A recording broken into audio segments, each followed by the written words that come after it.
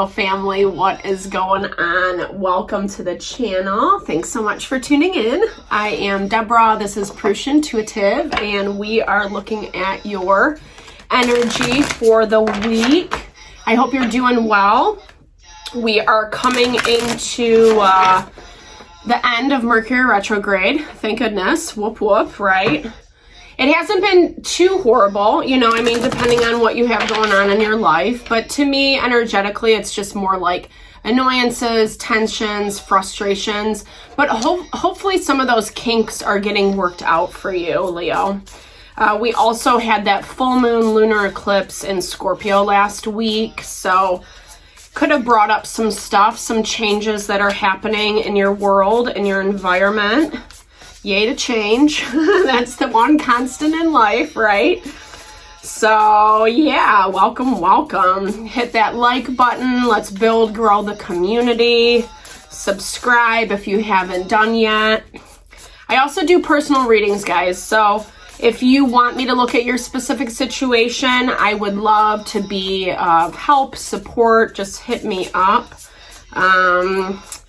These are very general readings, right? So I like to tap into the energy of the collective, you know, but sometimes we need kind of that deeper layer, right, of what our own personal situation is. So with that, Leo, let's get into it. Let's see what's up. Okay, nice. I love this. So peace and calm, finding a little bit of serenity. The number 7, it is about patience. It's about letting things unfold, you know, finding balance, finding peace. You know, it's interesting. So when we are moving away from the full moon, when we're in a waning phase, it's all about releasing and letting go and realigning and getting prepared for that new moon, new manifestation. So this is how I hear things for you. Like, I think you are waiting. I do get that energy, waiting to see how something unfolds. But I think that you're also having peace in the process. Yeah, there's not a lot of anxiety. There's not a lot of fear. Maybe there's something that you kind of have to submit to, whether it's you know, everyone, this is going to be different, right? This could be submission to a person, kind of putting aside your pride, your ego. That can be hard for Leo energy. No shade. I get it. I have a Leo rising. So, you know, there's this element of, I think that you're reflecting on what that submission would actually look like for you, right? It's coming with the number 3 in numerology, which is all about working together, finding balance, you know, reciprocity, equal give and take. I think understanding this concept a little bit more is actually going to bring about some freedom, you know. I feel this for you, like the energy has been building up, right? That's where that physical pain is coming into, you know, is coming in, but it's like, it's actually here to help you grow and evolve, to level up is what I'm hearing. You know, unfortunate but true, right? Like, unfortunately, that's kind of how we learn our biggest lessons is through the pain. Otherwise, we'd probably just stay very stagnant, right? Pain is the indicator that we are not in alignment with ourselves. It is the imbalance. It is the disease within our body, whether it's our mind, body, soul, right? And pain is the thing that helps us recognize, you know, something's not going well, or it's not really what we want. Maybe we thought this was what we wanted. Maybe we wanted someone to submit to us. Maybe we wanted this situation you know, to play out a little bit differently. And unfortunately it didn't. Yeah. So justice energy, Libra energy, potentially dealing with a Libra. This is also the court justice system, legalities, contracts, etc. It's not the best time to get into anything official, just as a heads up, because we are in Mercury retrograde. Especially if it's like a big to-do. Like if you can really wait until the end of the retrograde period, that is the most ideal, you know, because oftentimes, as a side note, contracts, anything like that, you know, there can be like the fine print, something we don't really see, some type of caveat that like we're missing that could actually be detrimental for us long term. Whew, now that I'm saying that, yeah, it brings a little relief for my situation. I had some craziness go on this past week. Not bad, but just, you know, it's really interesting when you can sense, feel into things, and then watching them manifest in real time, physical energy. You've been doing a lot of work on yourself. I love this 9 of Wands because it really connects to that element of the phoenix, the concept of rebirth, really like kind of burning away the old, what doesn't work for you, what doesn't serve you, and rising up again, you know, like not in some like holier than thou kind of way. I mean, like I said, I do feel like you're leveling up 100%. I also feel like it's coming at a cost in terms of not a bad cost. It's something that needs to happen. It's an evolution that needs to happen, but it doesn't specifically make it easier, right? Yeah, there's that 5 of Wands, the conflict, confirmation on that. Like 5 of Wands is just like the conflict for the sake of conflict. It's having competition for like no reason, you know? I've seen it kind of moving. Okay, so that's good. So things are changing though with that fortune fairy. It's the Wheel of Fortune in the traditional deck. Maybe you don't want to fight anymore. Maybe you're laying down your sword. Maybe that's where that submission comes into place, you know? If we've been in a situation with someone where there's a lot of back and forth, I hear it as like laying down your sword. And I think that's important, right? Because when we keep that energy of fighting or trying to prove our point, be validated, whatever it is for you, it can get really exhausting, right? Yeah, 6 of Cups. So tapping into that love, that nurture. I love this card. I mean, this deck is pretty fabulous in my opinion, but it feels so tranquil, you know? 6 of Cups connects us to the past energies, people, places, and things, like nostalgia, you know, it reminds us of our childhood on some level, you know, but she is, I think in this deck specifically, it's like she's washing away. She's washing away not only like the bad stuff, but just kind of preparing herself. It almost reminds me of like someone getting baptized. Not that I'm trying to throw some religious context into it, but that same concept of being born again, right? That we see with the phoenix, washing away the old, what doesn't serve us any longer. And you're doing it from that space of like intuitive knowing. You could be having a lot of like your third eye is opening is what I'm hearing. Yeah, there's your energy right there, Knight of Wands. Maybe being a little bit too gung-ho. I don't know. See, I think this 9 of Wands in this deck messes with me a little bit because he looks pretty intense. He has like red eyes and he just looks like he's on a mission, you know, not like the most trustworthy individual. You know, I hear like you had your sights set on something, it was focused on something, and maybe it just wasn't working out is what I'm hearing, right? Kind of back to that fighting energy that we were talking about. Now you're tapping into that value of moving forward. 2 6s in your energy. So being a little bit more grounded, stable, practical about your approach. Yeah. But there still is a little bit of the dance showing up with this 8 of Cups, which makes sense. It's hard to kind of like leave our bad behaviors behind. Whether this is something you've been carrying with you for a while. Ace of Cups, new beginning. You have someone giving an offer.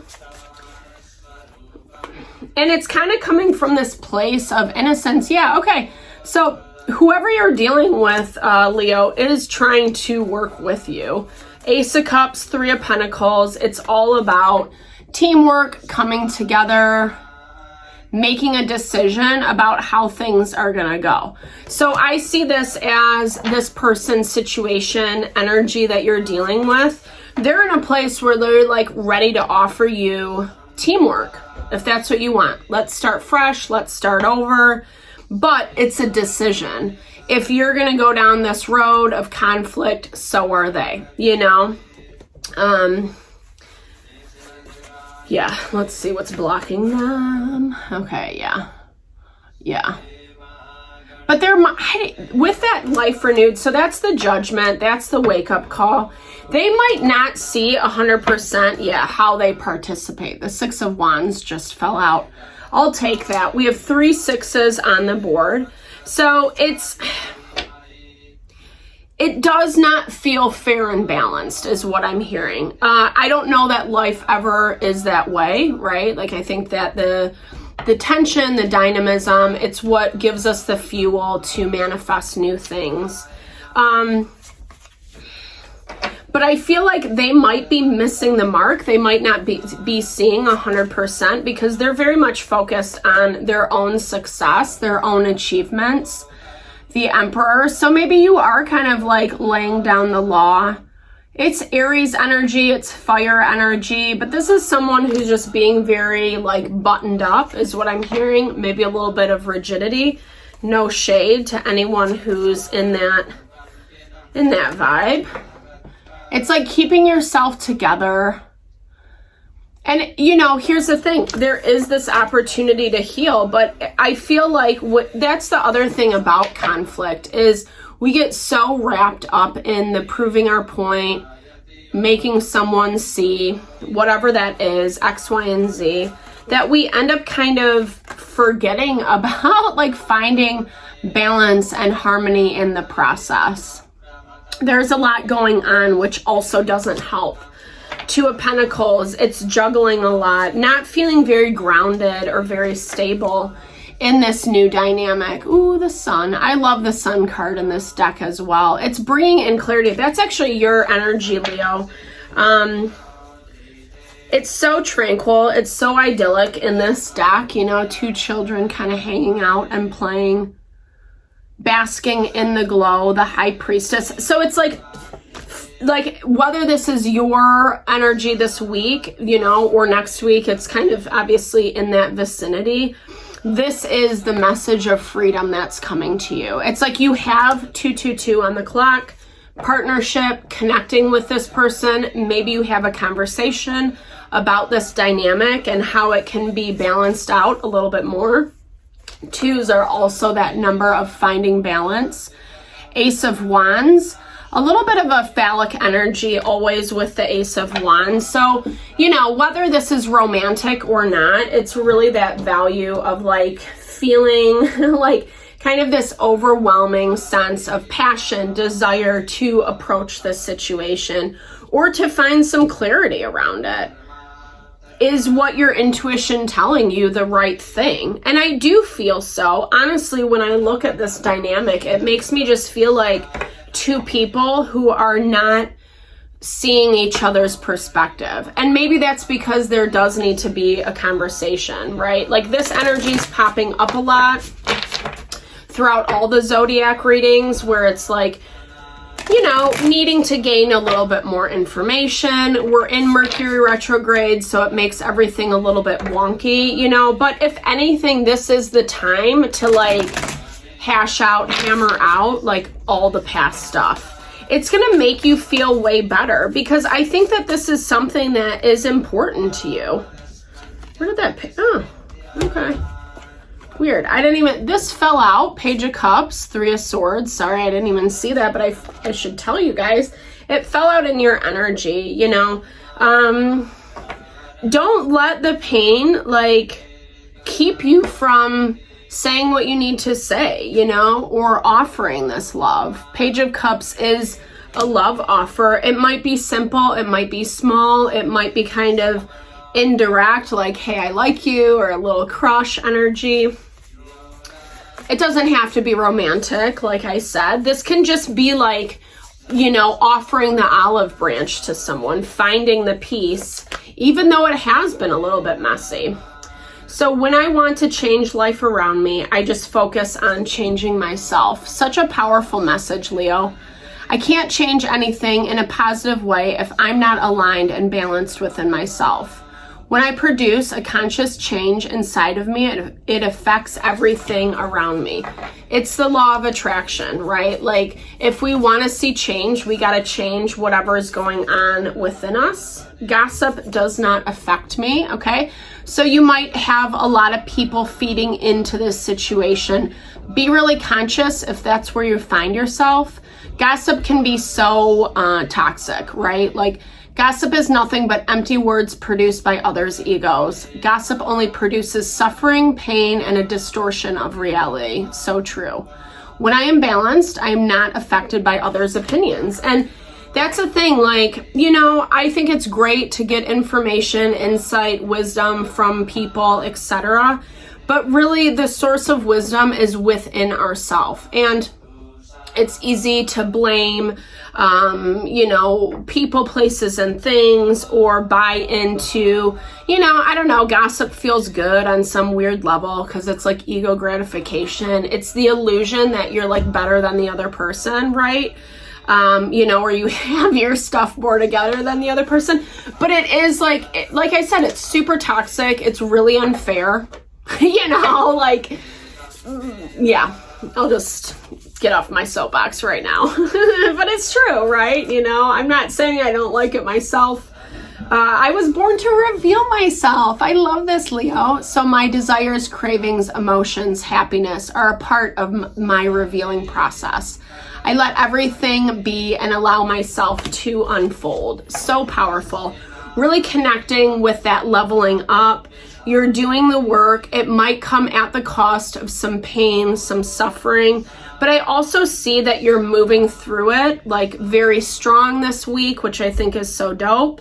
And basically you're choosing to find that alignment within yourself, being your authentic version, which is beautiful. That's like what is going to make you so happy and successful and thrive in this life. So thank you so much for your time and energy. I'm sending all the love and blessings to whatever you're navigating through. Definitely big thumbs up if it resonated. Drop comments below. Let's build and grow the community. All right. Thank you so much for tuning in. Lots of love back your way.